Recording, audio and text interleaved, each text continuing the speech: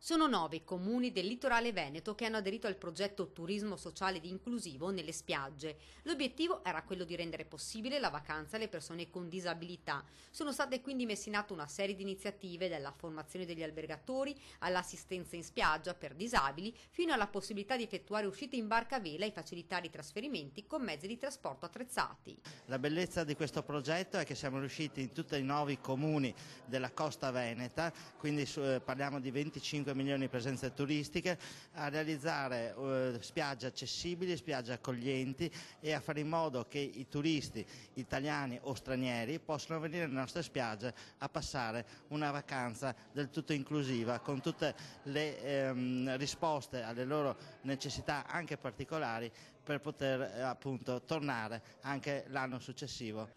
Oltre 627.000 euro investiti per rendere il litorale veneto inclusivo più lungo d'Italia. È un progetto che vuole rendere il litorale veneto il più lungo e il più accessibile d'Italia, il più inclusivo, quindi aperto a tutti, anche alle persone che hanno delle disabilità. Sono 39 milioni i turisti a livello europeo che hanno condizioni di disagio, sia motorie che sensoriali, e che hanno diritto di poter andare in vacanza. È una scelta, spiega Caner, etico-morale, ma anche un'opportunità da un punto di vista economico. Quest'anno infatti, grazie al progetto, si è registrato un incremento del numero dei turisti che chiedevano questi servizi. Un bilancio insomma più che positivo. Oltre 9 turisti su 10 dichiarano la volontà di estendere questo progetto ad altre spiagge del litorale veneto o di riproporlo in queste stesse località a partire dalla prossima annualità.